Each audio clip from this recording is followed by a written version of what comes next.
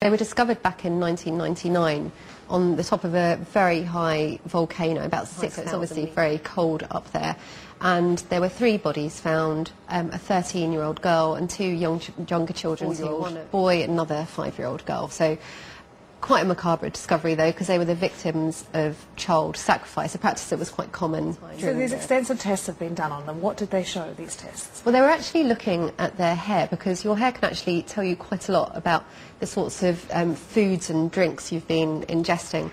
And basically they found out all 3 children had been given large alcohol, a type of beer brewed from maize, and also coca leaves, so this is from which cocaine's extracted. So they were effectively given drugs and alcohol. Now, the teenage girl is quite interesting. She was 13 years old and valued probably a bit more highly than the younger children because she was prepubescent, treated as a virgin, so she was obviously something more important to sacrifice than the younger children. And they found from her hair that she had very high levels of coca about a year before her death, and this probably ties in with the time she was selected from sacrifice. So she was plucked from a village, which is probably a peasant, and then prepared for this horrible demise.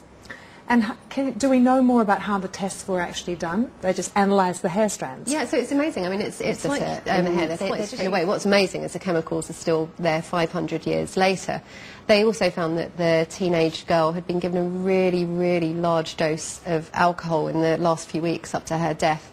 And this probably means she was quite heavily sedated. So, I mean, it really is gruesome. She'd have been drugged, given large quantities of alcohol, taken all the way up to the top of this mountain, put in a shrine, and then left to die. And she died peacefully, I mean, as peacefully as you can if you've been sacrificed. She wasn't hit or anything like that, but had passed away